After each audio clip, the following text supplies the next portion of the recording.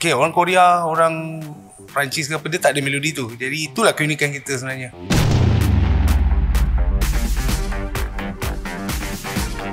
Okay lah, back pada Jangan Nanti aku kan. Kalau sebelum lagu tu keluar, Azrael Director agak diam.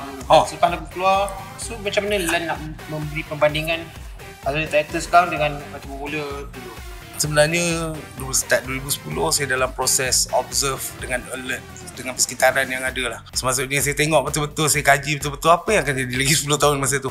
So bila kita kaji sebalik semula, saya rasa kita sebagai rakyat Malaysia, orang Melayu especially, tak boleh lari dengan melodi Melayu lah. Jadi itu adalah formula yang paling bagus sebenarnya. Itu yang diterapkan dalam sebab bila melodi kita, melodi Melayu tu sampai orang Korea, orang Perancis ke apa, dia tak ada melodi tu. Jadi itulah keunikan kita sebenarnya. Tapi adakah itu pilihan Lan sendiri?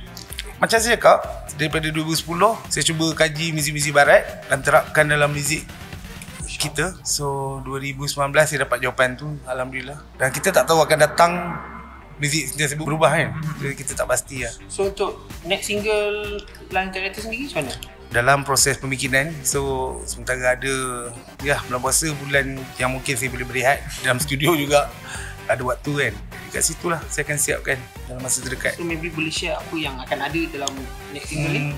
Okay, kalau saya lari terlalu jauh, saya rasa pandangan orang pendengar dekat saya rasa dah macam confused, keliru. Saya tak nak bagi orang keliru, saya jalan dengan apa yang ada, insyaAllah. Lan mengkaji tentang pendengar kan, minat pendengar. Tapi adakah Lan mengikut kehendak peminat sehingga kan mengabaikan kehendak sendiri?